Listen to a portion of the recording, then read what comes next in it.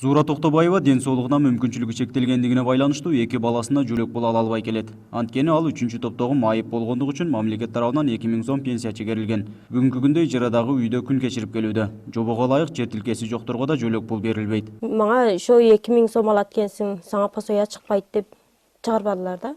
Ол 2000 сом мен өзүм лечениямга дагы жетпейт да. Лечениямга ошо акаларым жардам берип жаткызып, жардам берип жаттар. Балдарыма дагы жетпейт да берген акчасы. Кыш күн сууду көмүр алыш керек. Ошо кыйынчылык менен тирилик өткөрүп атабыз. Ушундай эле шартта жашаган Имамали Жапаров да 3 баласына да жөлөк пул албайт. Жубайы Нигарахан Толконова экөө тең 3-топтогу майып болгондуктан 5000 сомдун тегерегинде пенсия алышат. Бирок ал каражат жубайлардын дарылануусуна да жетпейт экен. Бул кайнымдын алсыным экөө тең майып, кулак жакшы укпайт да эми. Анан 5000 пенсия алаттар, балдарга жөлөк пул чыкпайт. Бул үйдө 9 киши жашайт.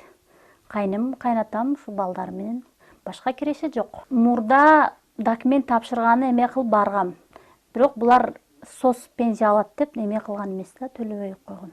Бойт деген да, өтпөйт деген. Пособие берсе болуш төрөш керек. Бар кээ адамдар алып атат муну. Бирок анда төлөбөйт пенсия. Барсалар, эки жолу бардым, барсам ошете сос помощьта иштеген балдар пенсия алат экен.